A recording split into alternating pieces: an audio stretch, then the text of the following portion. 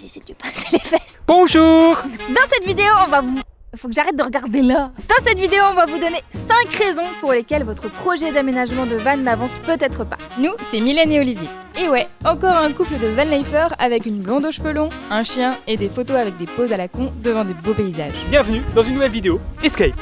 T'es plus là? Je faisais les poses à la con. Raison 1. Si votre projet n'avance pas, c'est peut-être que vous n'avez pas suffisamment testé la van life. Avant de nous lancer, nous avons loué plusieurs fois des vannes. On a aussi visité des camping-cars et fourgons aménagés par des professionnels. D'ailleurs, c'est en road trip en van à La Réunion en 2019 qu'on a trouvé Yogi sur un parking et qu'on a décidé de l'adopter. Enfin, ça c'est la version courte. On vous parlera de l'histoire de ce petit gremlins dans une vidéo dédiée. Tout ça pour dire que, grâce à ces voyages, on savait exactement ce qu'on voulait dans notre van. Qu'il soit récent, parce qu'on n'est pas des mécanos. Qu'on puisse tenir debout dedans. Moi aussi, parce qu'elle fait 1m40... 1m57 1m57. Que son lit n'ait pas besoin d'être fait et défait le matin, parce qu'on n'aime pas ça. Et on a des gros flemmards aussi, faut le dire. Qu'il soit équipé d'une douche, avec de l'eau chaude et des toilettes. Que sa cuisine soit bien équipée et confortable. D'ailleurs, on vous a fait une vidéo la semaine dernière. Mylène a fait tout le repas dans le van, bûche, repas de Noël, bref, allez voir, c'est sur la chaîne. Ça y est, t'es saoulé. Ouais, je suis grave saoulée de mon bol. T'as à peine commencé la recette. Forcément très important aussi, vu qu'on travaille de façon nomade, qu'on puisse bosser de façon confortable à deux ici dans cet espace et que Yogi ait aussi de la place. Qu'on ait aussi forcément beaucoup de rangement pour ranger tout notre matériel, notamment photos et vidéos. Que forcément on ait aussi une bonne autonomie en électricité, en eau et en gaz, surtout en électricité puisque on a 2 ordi à brancher et pas que. Et que le chauffage soit adapté au côté un peu frileux De monsieur. de madame. On a choisi un Peugeot Boxer L4H3, donc c'est vrai qu'il est très grand, il est haut et il a des grosses fesses et c'est pour ça qu'on l'a appelé Bourdon. En gros, ce qu'on s'est dit, c'est que de toute façon, dès qu'on dépasse les 2,10 m, en général, on est embêté sur certains parkings. Donc autant être carrément plus haut et confortable. Raison 2. Si votre projet n'avance pas, c'est peut-être que vous n'avez pas encore acheté le véhicule à aménager. Alors on a fouillé dans toute la France pour... Ce qui me fait marrer, c'est que quand tu parles, tu viens là, moi quand je parle. Oui, bah oui, bah... Les quêtes, ça va faire des Oui, oui. Trouver un véhicule, c'est pas évident, faut fouiller un petit peu partout, les différentes offres, savoir si vous voulez un véhicule neuf ou d'occasion. Nous, on a opté pour un véhicule neuf et on le voulait à bon prix. Le véhicule, je l'ai pas cherché la porte à côté puisque je suis allé jusqu'à Lille, chez Grand Nord Automobile, qui avait en fait le meilleur tarif au moment où je cherchais ce Peugeot Boxer L4H3. Ah, et on fait ça en voiturette de golf, si c'est pas trop cool. Je pense qu'il est là-bas. Je pense que c'est le plus grand. Chers amis, je vous présente notre nouveau compagnon de voyage. Mensuration de la bête. Taille au garrot, 2,76 m. Tour de poitrine, 2,05 m. Longueur, 6,36 m. Volume de l'estomac, 17 m3. Pour un poids total une masse de 2 tonnes et 90 kg. Tout ça pour dire qu'il nous restait à peu près 1,4 tonne pour l'aménagement, nos affaires, nous, Yogi, enfin bref, l'eau, le gasoil, enfin bref, fallait compter tout ça dans les 1,4 tonne. On était plutôt confiants au début. Trop confiant, Trop vraiment. confiants. Mais ça, on vous en parlera dans une autre vidéo. On fera pas forcément tout ce qu'on aurait pu faire avec un petit véhicule comme ce qu'on avait loué, un California T6, mais on fera d'autres choses différemment et on pourra déjà faire énormément de choses avec un véhicule comme ça que vous allez forcément vous éclater et c'est ce qu'on s'est dit avec Mylène, c'est pour ça qu'on a opté pour le confort plutôt qu'un véhicule qui soit passe-partout au détriment du confort. Allez, cahier des charges. Étape 3. Sérieux? C'est du solide. Arrête. C'est du solide. Non, ça suffit. J'ai construit solide. Raison 3. Si votre projet n'avance pas, c'est peut-être que vous n'êtes pas encore 100% satisfait de l'aménagement que vous avez en tête. Donc pour commencer, on a fait un cahier des charges de tout ce qu'il nous fallait. Ça nous a permis d'estimer la consommation électrique et donc la puissance qu'on avait besoin en termes de batterie et de panneaux solaires. Et puis savoir si on voulait du gaz, savoir combien d'eau on voulait. Enfin bref, d'estimer un petit peu tous nos besoins en énergie. Si on voulait des toilettes chimiques, des toilettes sèches, si on voulait la capacité du frigo aussi, puis comment il fonctionne, s'il fonctionne à l'électricité, s'il fonctionne au gaz, s'il fonctionne... Là, Voilà. c'est bien parce que tu viens de créer plein de commentaires sur le fight entre toilettes chimiques et toilettes sèches. Bah comme ça, il y a des commentaires. Parfait. Ah, regarde! Attends. Ah, j'ai plus de place. Il y a 1000 trucs là. Bon, on a fait des plans aussi, on a fait Oui, alors, beaucoup attends, de plans. c'est pas du tout ça parce que c'est les plans vierges. Ah, regarde. Alors là, on n'était pas vraiment tout le temps d'accord. Alors les plans, c'est une étape où on n'a pas vraiment l'impression d'avancer, mais en vrai, ça nous a, avec le recul, permis de vachement y voir plus clair. Mais de se projeter aussi. Et de se projeter sur ce qu'on voulait. Et surtout, de finir l'aménagement, mesdames et messieurs, en une après-midi. Bon, blague à part, de tracer tout ça dans le fourgon, de faire des meubles en carton, de mettre de la ficelle.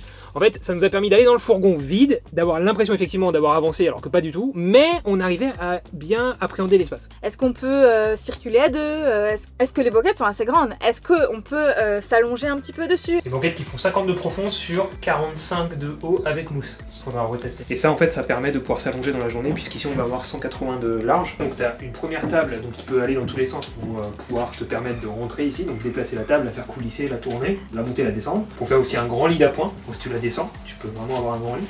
Et une fois que la table est levée, dans le coffre qui arrive un petit peu plus haut ici, il va y avoir un élément qui va pouvoir coulisser, sortir pour agrandir la table et faire une énorme table pour vraiment pouvoir travailler. Il y aura le gaz là, il y aura le panneau électrique, enfin le tableau électrique, il y aura les batteries aussi là-bas dedans. Douche, plan de travail avec évier, banquette, ici coffre. Par contre, celles qui se projettent, une fois qu'elles sont ouvertes, si vous faites pas gaffe et que la porte vient claquer dedans, et ben vous la défoncez votre fenêtre. Donc l'idée c'est d'avoir une fenêtre qui s'ouvre au maximum, enfin qui est la marge ici nécessaire qui permet d'ouvrir la fenêtre tout en ouvrant la porte. Donc là on a notre limite maximum de fenêtre, d'ouverture. On a aussi fait des plans en 3D. Oui, parce que ça permet d'être plus précis et de prendre par exemple, vous choisissez le frigo que vous aimeriez prendre, la gazinière, l'évier, tout ça. Vous pouvez prendre vraiment les bonnes mesures, les bonnes dimensions. Alors, en jaune c'est Mylène, en bleu c'est moi, hein. C'était juste pour avoir les dimensions. Et vraiment voir l'espace qui vous reste. Vraiment? Vraiment. T'as pas montré le plan électrique de mon plan. Alors, ça c'est la centrale nucléaire. Voilà, mais ça c'est pas pour aujourd'hui.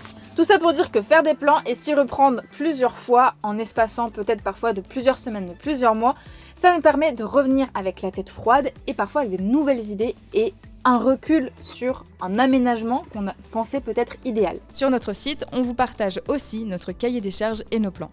Raison 4. Si votre projet n'avance pas, c'est peut-être que vous ne savez pas par où commencer les travaux. Ce qui est sûr, c'est qu'il y a plein de choix techniques à faire et ça peut être vachement paralysant par moment parce qu'on ne savait pas toujours quoi acheter. Typiquement, quel frigo acheter, quelle surface on voulait mettre dans la douche, quel chauffe-eau, quel type de chauffage on voulait, quelle puissance de chauffage on voulait, quelle taille de réservoir d'eau usée. Et le lit, on n'en parle même pas, c'était une catastrophe de trouver un lit comme ça. Donc ça, c'est rapidement une situation dans laquelle vous allez potentiellement vous retrouver où vous n'allez pas avancer parce que vous n'arrivez pas à faire des choix. Et c'était aussi le cas pour nous. Donc la grosse question maintenant, c'est de savoir si on peut effectivement trouer à cet endroit-là et à l'opposé là-bas, si on est sûr de nous, puisqu'on va faire des trous ici de 90, donc de 9 cm de diamètre, pour descendre et refaire monter donc les gaines d'air. À voir maintenant si on peut mettre notre frigo ici et quelle hauteur doit faire le frigo, si on a la place pour un faux fond de 10 cm, sachant qu'on veut un meuble qui fasse 90 de haut. Ce qui nous a décidé, c'est deux choses. Premièrement, mon père était beaucoup impliqué, du début jusqu'à la fin, dans ce projet. Il a déjà aménagé son propre véhicule, enfin une partie de son véhicule, et il nous a vachement aidé à en fait faire ce premier pas, ce premier trou dans la carrosserie, en tout simplement trouvant des solutions par lui-même et en nous en proposant. Donc ça, clairement, avoir quelqu'un à vos côtés qui s'y connaît un tout petit peu, ça va potentiellement déjà vous donner la première impulsion. Et la deuxième chose, c'est qu'on était ultra impatients de partir, enfin. À un moment donné, on n'en pouvait plus, donc on avait privilégié l'action à la réflexion pour le meilleur et pour le pire, mais rarement pour le pire. Tout ça pour dire que si vous avez l'impression aujourd'hui de ne pas avancer dans votre projet, bah c'est faux parce que déjà vous y pensez, vous regardez cette vidéo, donc vous avancez. Raison 5. Si votre projet n'avance pas, c'est peut-être que vous n'arrivez pas à avancer dans les travaux. Pour ça, on vous donne rendez-vous sur notre site aménagerunfourgon.com parce qu'on avait pris le temps pendant les travaux de faire des photos, de documenter, de faire des vidéos pour vous partager tout ça, toutes les étapes et aussi des articles de blog sur la van life et notre aménagement, sur nos voyages. Donc voilà, j'espère que ça peut vous aider. C'est la troisième prise, on la garde. Ah putain, j'en ai marre. Wouhou, c'était quoi la fin? Non, on la garde, celle-là, elle est drôle. Non. Si. Non. Là, je la garderai. Hein. C'est moi qui fais le montage. À l'époque, on avait aussi trouvé beaucoup d'aides sur des sites comme Mon Fourgon Aménagé, Le Van Migrateur. Il y avait aussi... Sur YouTube aussi. Sur YouTube aussi. Ça a pris du temps et le fait que c'est pris du temps, c'était bénéfique en termes de budget puisque forcément, mathématiquement, on a pu espacer les dépenses. Et qui dit espacer les dépenses dit aussi pouvoir ne pas faire des choix précipités et faire des choix d'équipement peut-être plus adaptés, de meilleure qualité que si on avait dû tout faire en 6 mois. On n'aurait pas eu le budget pour faire cette qualité-là avec ces équipements-là en 6 mois. Tu t'es cogné. Oui, je me suis cogné. C'est mathématique. Pousse à moi. Attends, qu'est-ce qui se passe la semaine prochaine? La semaine prochaine, on vous montrera... Le top 10. La semaine prochaine, on vous montrera un top 10 d'aménagement qu'on trouve cool. Pour vous inspirer. On vous rappelle bien sûr que dans la description, vous retrouvez le lien vers notre site aménagerunfourgon.com sur lequel vous allez retrouver donc toutes les photos de notre aménagement. Petit à petit, on est en train de remplir ça petit à petit. Il y a beaucoup de photos à traiter et d'articles à faire. Oui. Des articles sur la van life, sur des conseils de voyage. Bref, c'est dans la description. Hop là, abonnez-vous, laissez un petit commentaire et un un petit pouce en l'air. À bientôt sur Escape. C'est horrible de faire une intro comme ça. Est-ce que tu peux regarder la caméra comment dire? Je te regarde toi, t'es belle. Non. Bah si, t'es belle. Oui, mais tu regardes les gens, surtout sérieusement, des gosses. Oui. Hop là. Non. Abonnez-vous, laissez un petit commentaire et un pouce en l'air. À bientôt sur Escape. Mon décalé. Mais je sais qu'au montage j'ai gardé celle d'avant, donc c'est pas la peine que tu t'acharnes. Goûtez. Change de pose à la con. Encore une autre pose à la con. Pose à la con devant. Ah, pose à la con comme ça.